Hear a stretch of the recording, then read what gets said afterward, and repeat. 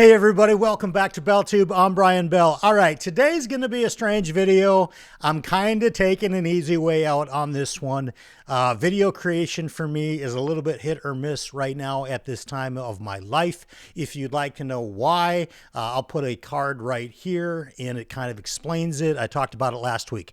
All right, let's talk about what we're doing this week. And as you can probably tell, I'm not going to edit this video at all unless I completely fall off my chair or something really strange happens. There's a knock at the door. I don't know. I'm not going to edit this video because what we're going to do today is we're going to take a look at the top 50. And I don't honestly know if it's books or series that Reddit fantasy users ranked relatively recently.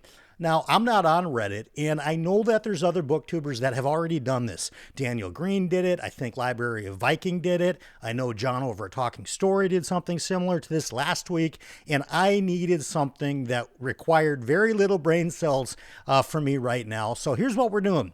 I printed out a list, but I haven't looked at it yet. And I'm going to go one by one, starting at number 50, right? I think they did like the top 100 or 200, and we'd be here really until June if I started doing hundreds. But I thought maybe we get into the top 50 and I will look at it and I'll give you my kind of honest blind reaction, what I think about the rating and maybe what I think about the book. Now, obviously, I probably haven't read everything on this list.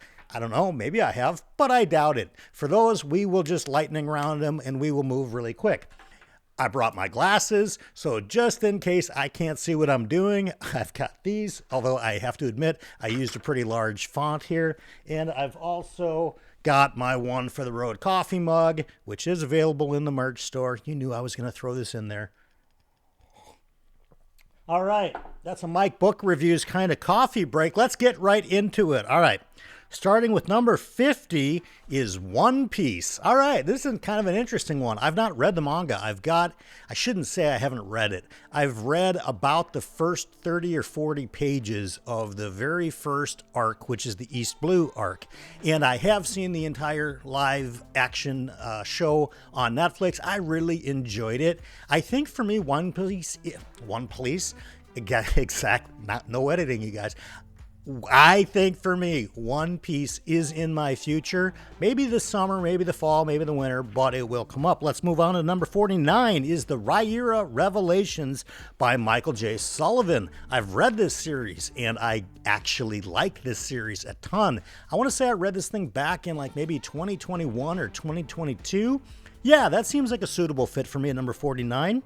Number 48 is The Wayfarers, or it's just called Wayfarers by Becky Chambers. I don't know what that is. So let's move on to number 47. Oh, here we go. Number 7, The Spear Cuts Through Water by Simon Jimenez.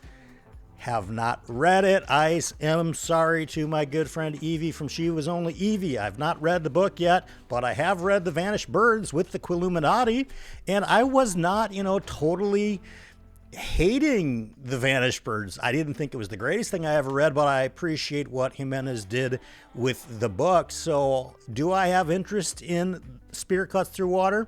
Yeah, kinda. When will it be on the TBR? I don't know. Let's keep moving. Number 46, World of Five Gods by Lois McMaster Bujold.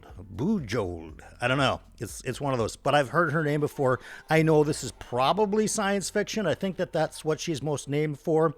Haven't read it yet. Let's keep going. And by the way, as far as timestamps go on this video, I'm going to just do like numbers 40 through 50, numbers, 30 through 40, and so on and so forth. So you're either going to watch this video or you've already clicked off of it. Either way, honestly, I hope you're having a good day. All right, number 45, The Sword of Kaigan by M.L. Wong. Well, yeah, if you've watched this channel for more than, I'm going to say, about 4 months, you know I have read this book, and you know it made my top disappointing list of 2024 reads. As a matter of fact, I think it came in first place. I was not as high on this book as almost everybody else on BookTube was. I have my reasons for it. I will probably, you know what, maybe I will put a card right here on my most disappointing books of 2024. And if you're interested in finding out why it didn't work for me, we can, or I should say you can click that link and find out. Let's move on. Number 44, the Dandelion Dynasty. All right, so I guess they have both series and specific books here. Dandelion Dynasty by Ken Liu. I have not read it, but it is behind me on the shelves, so we will get to that. It's probably not going to be until, honestly, 2026, because I'm reading Malazan and the Wars of Light and Shadow right now. I don't have the headspace to add in Dandelion Dynasty, but so I don't really have, an idea or a thought on that one. Let's move on. Number 43. All right, so this list must be science fiction too. Here's how you know I didn't look at this, because this surprises me. Number 43, Project Hail Mary. Love this book. This is by Andy Weir, by the way. I've got the Broken Binding edition up there behind us. And yeah, this is a winner for me. I think I liked it better than The Martian, which is opposite of most people. I think most people prefer The Martian. Have not read Artemis yet, that kind of trifecta, that third book in that sci-fi trifecta of his, even though they are all standalones. Yeah, I guess I can kind of see it coming in at number 43, maybe. I don't know how many people voted in this, by the way. Maybe it was like the author's mother and friends and family and voted. No clue. Okay, our first huge disagreement. Number 40, if we're putting sci-fi in here, Hyperion Cantos is coming in at number 40. All right, mixed on this one because I love Hyperion. Hyperion might be my favorite science fiction book. It's either that or Dune, and kind of on any given day, it's one of the two.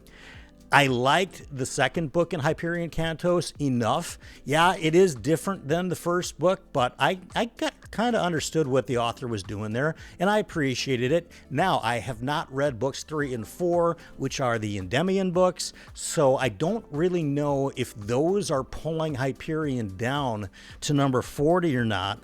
I would assume that they must be, because Hyperion itself, to me, would always be a top 10, but maybe it's suffering from the average of the other ones. Let's keep going. What is this? Oh, maybe it's a tie. These are ties. Okay. So number 40 also is a tie, is The Sholomance by Naomi Novik. Have no idea what that book is. The only Naomi Novik book I've ever read is Spinning Silver, and I really did like that book a lot. I recommend that one. It's a great winter read, especially if you are in a cold environment like here I am in Minneapolis, Minnesota. But as far as, what do we call this? The Sholomance? I don't know, you guys. Never read it.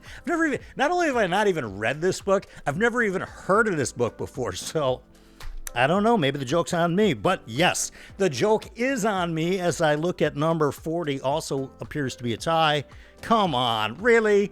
Stephen King's The Dark Tower is only number 40. Reddit users, what are you thinking here? The Dark Tower. Stand and be true. Whoever downvoted this thing down to number 40 has clearly forgotten the face of their father. If you've read The Dark Tower, that was an inside joke, but I'm just telling you, come on, Dark Tower needs to be way higher than that. We're moving on because this is an unacceptable number. Number 36. Okay, it looks like we've got some ties here as well. Solar Cycle by Gene Wolfe. All right, I have not read Solar Cycle, but if you've watched this channel, you know I am a huge fan of Gene Wolfe, so it is on my TBR. I don't know when I'm going to get to it. I still have to read Earth of the New Sun as I take a sip from my One for the Road coffee mug. You know, you guys, if that sounded gross, I'll take that part out in editing because I was like slurping coffee. That's good TV right there, Brian. All right, number 36. Now, this one has been requested a ton, and again, this is going to be a 2026, 2027 read. This is a series. This is the Chronicles of the Black Company by Glenn Cook. So yeah, Black Company. My friend, God, my voice just cracked. It sounded like I was in the, in the junior boys choir when I was 12 again. My friend and patron Tim has been trying to get me to read Black Company. I'm gonna say for at least 15 years. And I don't know why I haven't got to it yet. I think at the time when he was recommending it, I wasn't into grimdark all that much. And certainly the first law books hadn't even been written yet for me to have read them and appreciated them. So yeah, again, kind of like some of these other big series, they are down the road to complete. my journey through some military / grimdark fantasy. All right, number 36, also a tie, The Witcher. Haven't read The Witcher. Sorry, Vera. I know that this is, striking you at the core of your being. I've not read The Witcher. I've played the game The Witchers 1, 2, and 3. Game 3 is absolutely incredible. I've seen the first series on Netflix, at least the ones through the Henry Cavill, years, and I found them to be kind of middling quality because the writers were basically making it up as they went. But I like Henry Cavill a lot, so I kind of liked that show. But we're not talking about adaptations here. We're talking about novels. Don't have an opinion because I haven't read it. Also, tied to number 36. Now, you would think that I have read this, but I have not, and that is His Dark Materials by Philip Pullman. I don't know why I haven't read this. I think it's catered more YA, if I'm not mistaken, and I certainly could be. I am wrong here a lot on the channel. Haven't read it yet. I don't know. Now, this is a shocker. Okay, I don't know what list that these other booktubers, used. I'm thinking it's the same one, but if it's not, I guess I'll watch them later and find out what it is, because this seems really, really low. Number 35 is The Cosmere by Brandon Sanderson. I would have thought The Cosmere as a whole would have been right up in the top 10. So not too sure about this. Maybe I am looking at a completely goofed up list, and maybe this video will literally be a throwaway video. Well, it probably is a throwaway video. Anyway, we look at it. Let's keep moving. Number 34. All right, Slay. This one's for you. The Second Apocalypse by R. Scott Baker. Haven't read it. It is on the TBR, but again, kind of like Dandelion Dynasty, it's going to be about a year or two because of the big stuff I've got in front of it. Number 33. The Chronicles of Osrith by Catherine Addison. Not only have I not read it, I've never heard of it. And I'm like, what is happening here? Because there's something that is outranking the Cosmere that I've not heard of. And here I am talking all big like I know all this fantasy and sci-fi. Okay, I haven't read it. Anyway, let's keep moving on. Number 32, The Broken Empire Universe by Mark Lawrence. I think that's the book that I read during my DNF challenge back in January of 24. I don't remember the name. God, that was kind of gross. Me like licking my finger with my tongue. We'll take that out in editing, Brian Lee Durfee style. Anyway, yeah, I don't remember the name of that book, but I know I didn't care for it that much. So moving on. Number 31, The Hainish Cycle. The Hainish Cycle by Ursula K. Le Guin. All right, so True Confessions of BookTube. I've not read any Ursula K. Le Guin. I have read kind of accounts of her writing. I know that I was reading something that Kurt Vonnegut wrote, and he was referencing her, but I've not read any of her stuff. I haven't even read Earthsea, so yeah, I don't know what this is. I'll get to it at some point. Number 29, The Sarantine Universe by GGK, Guy Gavriel K. Have not read those books. I've only read 2 GGK books. They were both 5 stars for me. Those are Tigana and The Lions of El Rasan. I'll get to Sarantine pretty soon because my friend Josh over at Red Fury Books is such a huge fan, as are many of my other booktuber fans. My booktuber friends, live and unedited, you guys. Well, not live. I mean, you're watching this recording, but I'm live and this is not edited. And you know what? I apologize for not like doing zooms and cool sound effects and all that. I think I'll probably put some background music to this, and that's about as far as we're going today in editing. All right, number 29 is a tie, I guess, with Sarantine, and that is The Hierarchy by James Islington. I'm guessing that's the Will of the Many book. Haven't read it yet. No real reason why, other than the fact that in this rare case, I decided to wait till the whole thing was done before reading the series. I'm normally not like that, and when we get into TBRs and when I do month wrap-ups later on this month, you'll see that I have no problem reading books 1 or books 2 or whatever while the series is ongoing. Just for some reason, that's kind of been where I've been at with that, and also has a lot to do with how much I have on my TBR. All right, let's keep going. 28. Okay, I guess I can kind of see this here. That's The Dresden Files by Jim Butcher. Dresden Files, for me, is absolutely a top 10 series. Now, Is it for everybody? No. So I kind of understand why this might be at number 28. I love it. It's top 10 for me.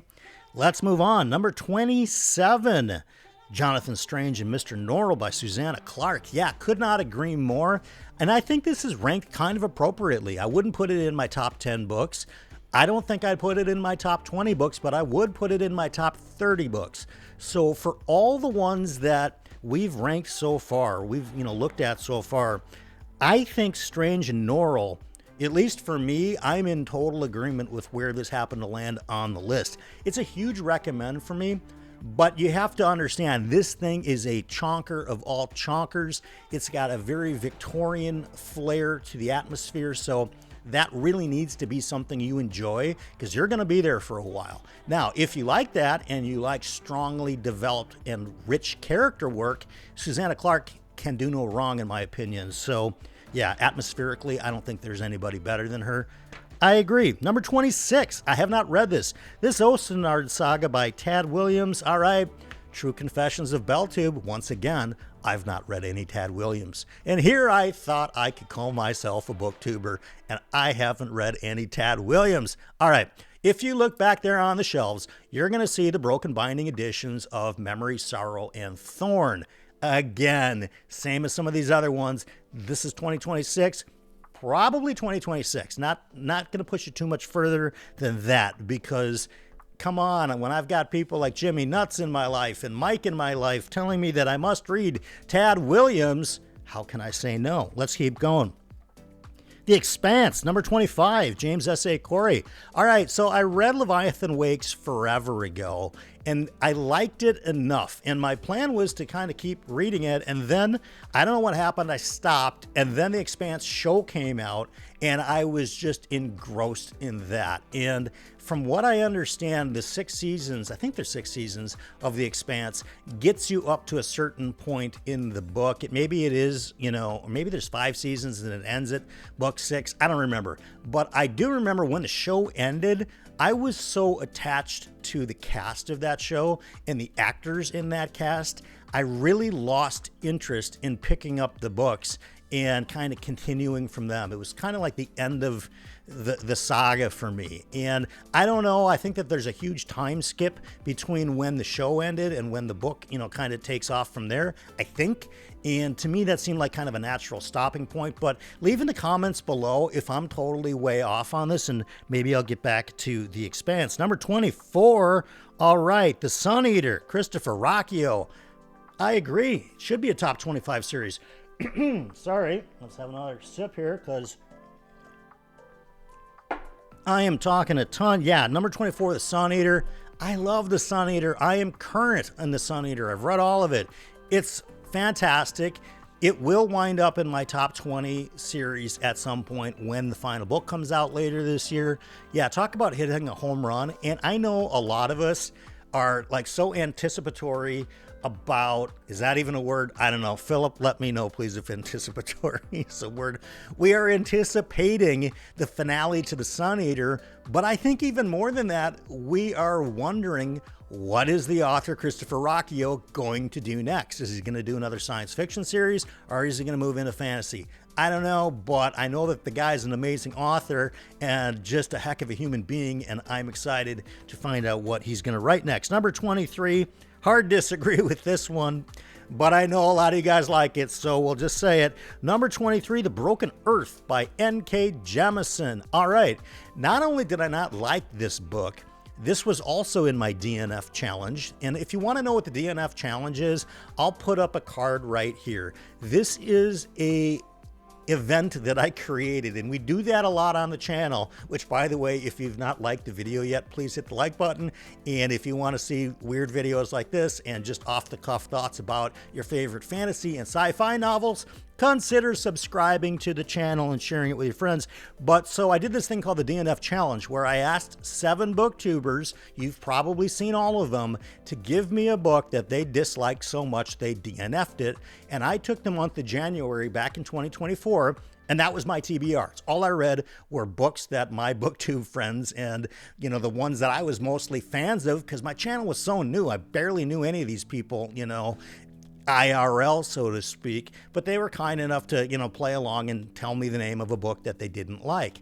And they didn't like it so much that they quit it. Now, I mentioned him before, but Josh from Red Fury Books, the one he submitted to me was the 5th season by N.K. Jemisin.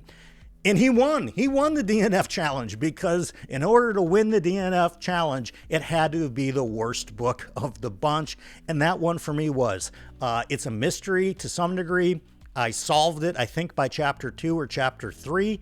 I was bored the whole way. I didn't like the story. I found the author just incredibly uninteresting for me, and I moved on. Now, I know a lot of you guys are flipping tables right now, and if you are, I apologize. Just really didn't work for me. Okay, speaking of didn't working for me, we're on a roll with number 22, Pirate Abba's The Wandering Inn. All right, we have our first lit RPG on the list, and I bet you next year we're going to have more lit RPG. I certainly hope so. And by the way, maybe I'll do one of these for lit RPG. If there's a Reddit list of just specific to lit RPG, I would really like to break that down because I bet I've read most of it. All right, The Wandering Inn, guys. We know it's longer than the Wheel of Time. We know it's longer than anything else in fantasy. And I have to tell you, as I am always totally honest and unfiltered about my opinions, I was bored to tears with book 1, and it was a very long book. And my problem with it really isn't that book 1 was boring, because in lit RPG, book 1s are most of the time setup books. There are exceptions. I suspect we're going to get one later on in this list that, you get into the action right away and the story's great. A lot of lit RPG kind of gets good around books 2 or books 3, at least the series that I like. So as far as the first book of Wandering Inn went, for me, I wasn't expecting a miracle, but I was hoping for a relatively tight story that by the time we got to book 2, I'd have some interest. But this thing just went on and on and on and on.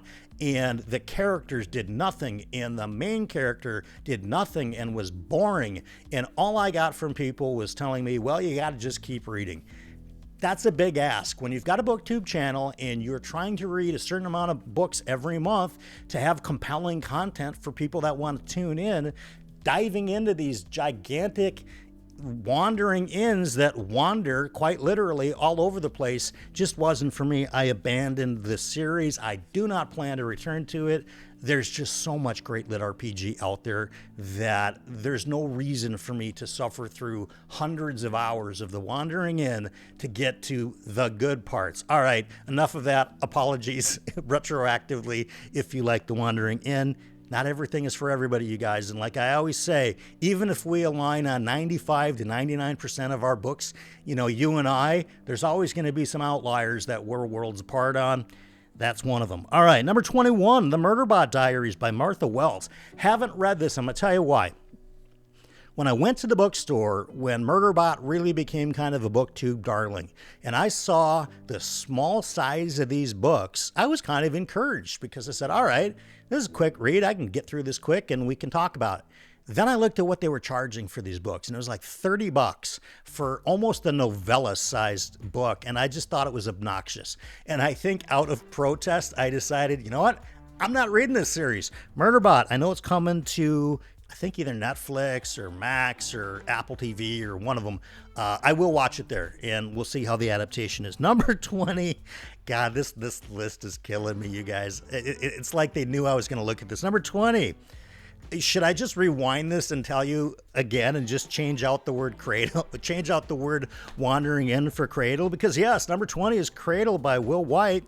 All right, coffee sip before I get into this one. Cradle, cultivation, progression fantasy.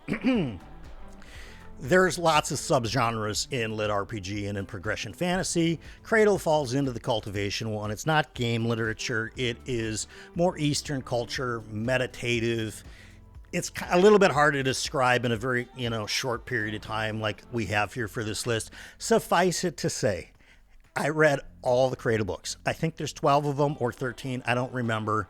I remember that maybe 2 of them I enjoyed. The rest of them were either okay or terrible, flat out just awful.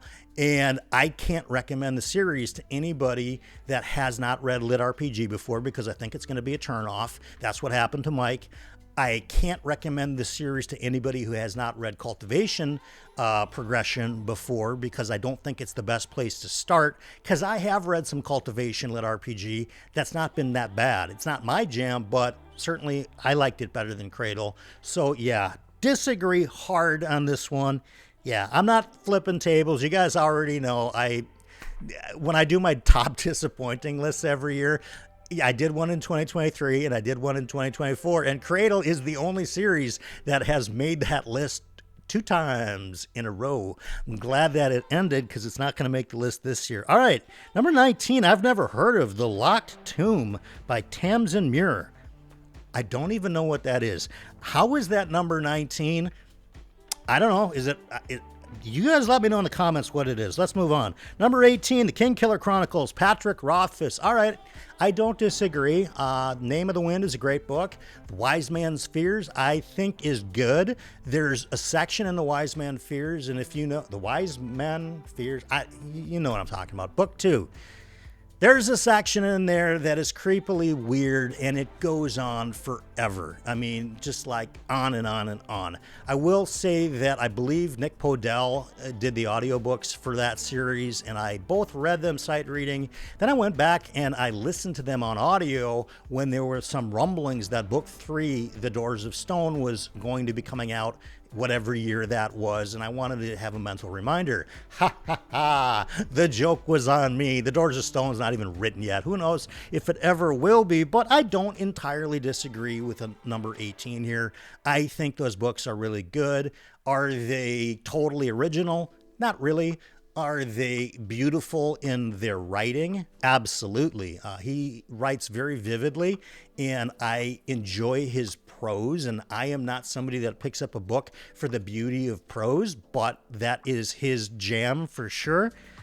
Yeah, I can kind of get it. All right, number 17, we got one I agree with, and it should be higher. And next year, I bet you this list will be higher. By the way, that's how you know I'm from Minnesota. I just used the word betcha. Number 17. Matt Dinneman's Dungeon Crawler Carl. This ought to be number like 1 to 5 in my opinion, but you guys know me. I am a huge Dungeon Crawler Carl fan. I've been listening to Lit RPG and reading it since 2012. This one came out about 5 or 6 years ago, and it has not slowed down. It's the best Lit RPG going, in my humble opinion. Others may disagree. I think there's some people that will disagree that are maybe very well-read in Lit RPG that find little niches within that genre of Lit RPG that they can target some series that maybe do more for them than Dungeon Crawler Carl. However, and this is a big however, there is not a series in that genre that is more likely to bring in more fantasy readers than Dungeon Crawler Carl, because of the, amazing character work that Matt Dinneman does.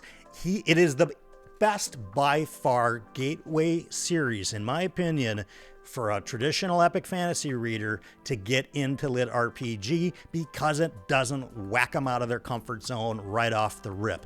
It is so character driven. Do I think it should be higher than 17? Definitely. Am I glad it's in the top 20? Also definitely. Am I done asking questions that I will give the answers to? No, because we still have 16 more to go. And number 16, we talked about her earlier. I haven't read any of her books. This is Ursula K. Le Guin's Earthsea Cycle.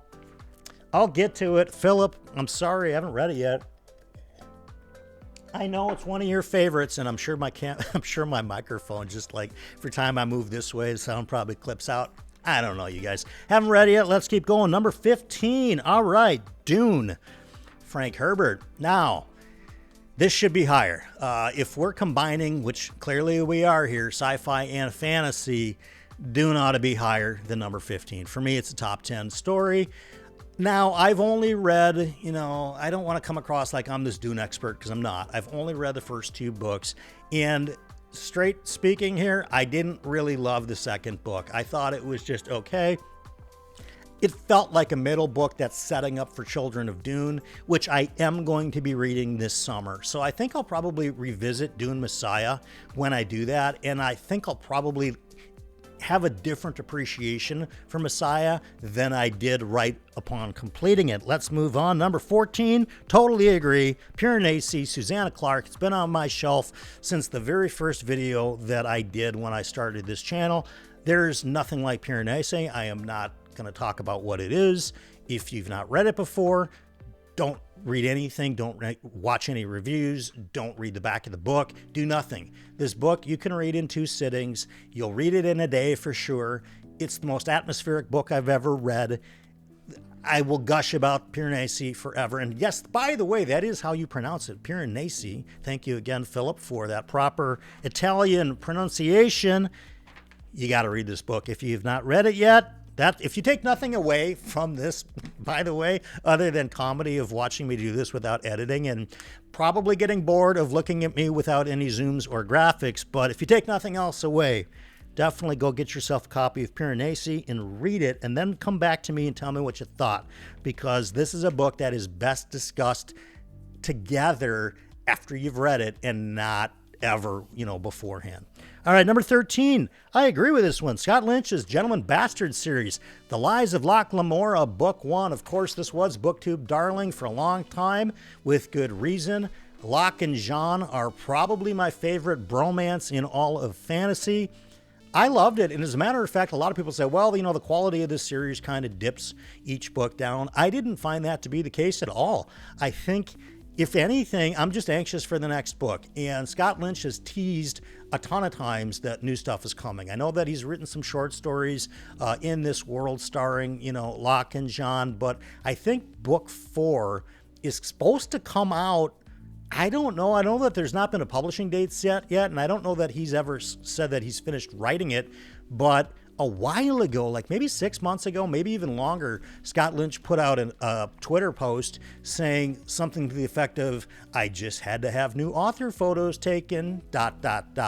So knowing Scott Lynch, that means something is on the horizon. By the way, local hero, he is from Minnesota, if you didn't know that. Let's keep going. Number 12. Not utterly surprising, but thought it might be higher, and that's Harry Potter, J.K. Rowling. Come on, you guys. I'm a huge Harry Potter nerd. Now, are there more people that are, more knowledgeable about Harry Potter than me? Yes. Why? Because I've only read the series the one time. I've seen every movie many, many times. But I tell you what, when Hogwarts Legacy video game came out, I was just like a kid in a candy store. I've never had as much pure joy playing a video game as I did Hogwarts Legacy. I felt like I was a student at Hogwarts, and honestly, that is like the coolest thing in the world. A lot of you guys that are watching this, you grew up with Harry Potter. Harry Potter was your gateway into fantasy, and I know some of you for sure were about the age of Harry and Hermione and Ron and Draco, the unsung, one of the unsung heroes of the thing, because go Team Slytherin, Slytherin for life for sure. I know a lot of you guys grew up with that. Now, obviously, I was a little bit older when that came out. And you know what a funny story is? I only read Harry Potter because my mom read Harry Potter. And I think like her girlfriends were sort of passing the book around, and my mom wasn't really a big fantasy reader, but she read it and she was like, oh my God, this story about this wizarding school. Brian would completely love this. So I get a call from my mom saying, have you ever heard about Harry Potter? And honestly, I hadn't really. And this is long before the movies came out.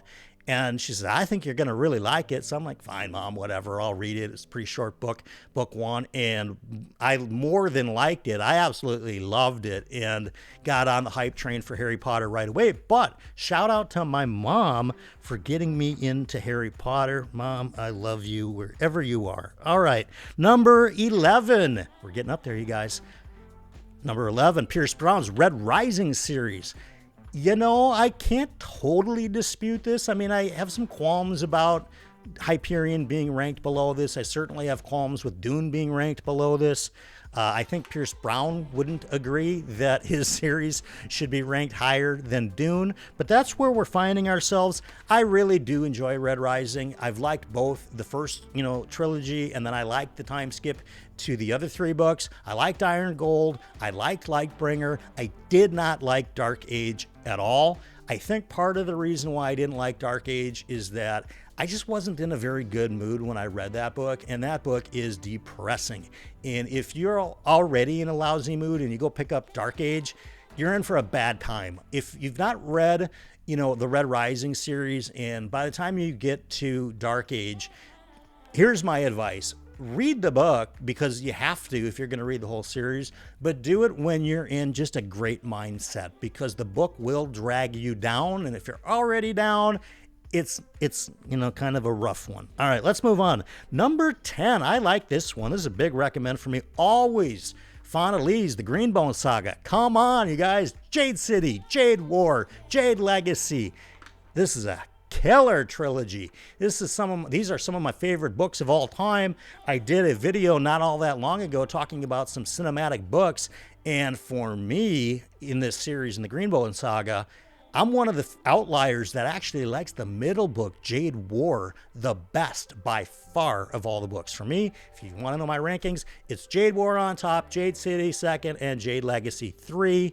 I know that's backwards. I have my reasons. If you want to go back and watch BookTube Season 1, it's in the catalog below. Let's go to number 8. I think there's some ties here too. Number 8. Now this is strange. All right. Number 8 is Mistborn, right? So I thought we were already done with the Cosmere. This is goofed up, right? So, because number 8 is Mistborn by Brandon Sanderson. I totally agree. It totally should be on here. But then why is it separate from the Cosmere? I don't know. Weird. But yeah, Brandon Sanderson, Mistborn, terrific gateway into fantasy. The first book of Mistborn, I think it's called The Final Empire. It's always a good place for somebody who's new to fantasy to get started. It has been since the day it came out. Nothing has demonstrably changed that would say to me, no, I would recommend something else for somebody. No, The Final Empire is a great book one to read for somebody that is just getting started. Let's look at the tie here. Number 8 is also Discworld by Sir Terry Pratchett. All right, sip of coffee. I love Discworld. I'm only like 4 books into the City Watch arc, but I already know this is an all-time, series for me. I'm going to read everything in Discworld, but famously, I've only DNF'd 1 book in my life, and I DNF'd that book twice, and it happens to be The Color of Magic, which is the first book in publication order of Discworld. Now, I read book 1 forever ago. We're talking decades ago, and I hated it. And I picked it up again about, 7 or 8 years ago, thinking, you know what, I'm more mature now. Maybe I'll like this book. I still hated it. I DNF'd it, and I don't DNF, right? So, I don't know. Then I got into Guards. Alan from the Library of Alexandria, I'll link him in the description, is always really high on it. And Alan and I's, book taste align at least half the time. But so I was like, all right, I'm going to give this a try, and just fell in love with it. So yes, Discworld, number 8, I agree. Number 7, all right. I kind of agree here too. I'd put it a little bit lower, but we are on Robert Jordan's The Wheel of Time. Of course, finished famously by Brandon Sanderson after Robert Jordan's death. I read this book in 2021. I read this series in 2021, and I physically read it, sight read it, and I read the entire thing start to finish, which I don't really recommend. But if you'll recall, back in 2021, there wasn't a whole lot to do early in the year. People were still sort of homebound. And I figured, hey, this is as good a time as any to read The Wheel of Time. My bar had been shut down. For those of you who don't know, I spent 16 years owning a nightclub here in Minneapolis, and the nightclub had shut down because of the pandemic, so I couldn't do that anymore. I guess I'll read.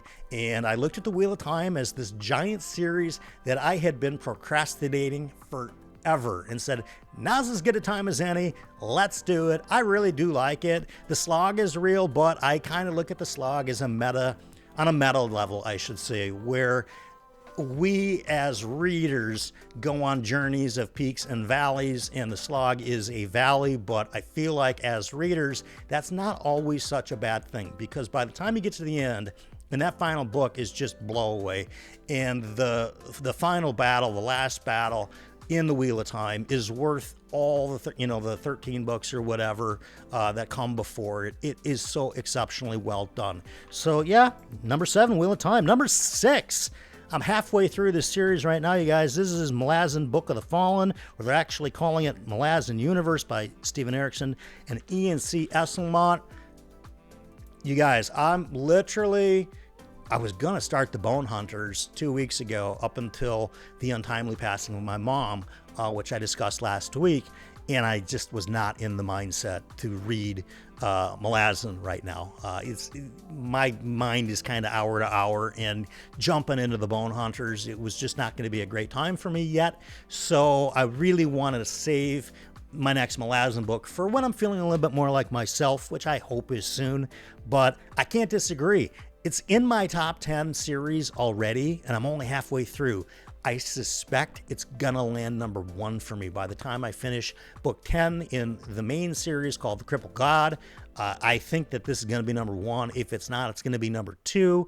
It's fantastic. I did not know how much I loved military fantasy until I picked up Malazan, because if you were to give me a checklist, say, of all the genres of fantasy, and you asked me to rank them, prior to Malazan, I would have ranked military fantasy dead last. Absolutely, without a question, last. This has risen it way high up, and it just tells me how skilled Steven Erikson is at doing what he's doing, because it's taking a guy who's really not into, military fantasy. It's probably one of the reasons why I didn't read Black Company, because it just didn't sound like something I'd be into. Completely wrong on this, and I am loving my journey through Malazan. Let's go to number 5. We've arrived at the top 5. All right, it's a weird video. Number 5. All right, fair enough. Robin Hobb, Queen of Fantasy, The Realm of the Elderlings. Love The Realm of the Elderlings. All right, I didn't even hate the Rainwild Chronicles, even though it was my least favorite of the sub-series, which I think is pretty common. It's landed number 1 on my all-time fantasy list now 2 years running. I've had book hangovers 2 times in my life. And what do I mean by that? I mean that when the book ended, I put the book down and I was not capable of reading another book for at least 2 weeks, because the events of the book affected me on such a deep level that I was not ready to begin a new story. I had to let that story kind of become integrated within me before I was ready to get into something new. It's happened twice. It's happened with Realm of the Elderlings, with Assassin's Fate, and it's happened with the Dark Tower series with the final book called The Dark Tower. That's it. So for me, yes, I totally agree. Realm of the Elderlings, number 5, I get it. Number 4. All right, so we know this list is verkakte. That's a Yiddish word, by the way. This list is messed up, because number 4 is the Stormlight Archive, and I thought we already had the Cosmere much earlier. Somebody's not paying attention. Stormlight Archive, Brandon Sanderson. Would I put it in my top 4? No, I would not. Would I put it in my top 10? No, I would not. I think I'd put it in my top 15, certainly in my top 20. First 2 books were fantastic. 3rd book I liked a lot. 4th book was my least favorite. And the 5th book, Wind and Truth, I will put a link right here, and I will give you my honest thoughts in that video.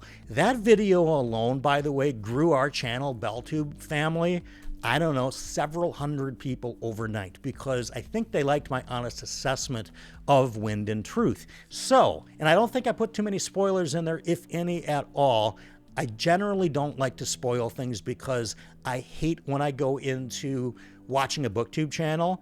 If it doesn't say spoilers on it, I'm going to assume that it's spoiler free. And it just bugs me when someone says something important that I needed to find out for myself about the book. So I'm not going to say anything here, but Wind and Truth was not my favorite. It wasn't the worst, but it was sort of in the middle. And I think the biggest problem that I had with it, which you'll see in this video, is that this is the culmination of Arc 1. He's talked about taking 8 to 10 years off between books, and he did not hit the landing, as they speak, at least for me. Let's move on. Top 3, here we go. Number 3, Song of Ice and Fire by George R.R. Martin. Now, if you are a fan of the channel, you know sometimes we get random calls from George R.R. Martin here. They're not real.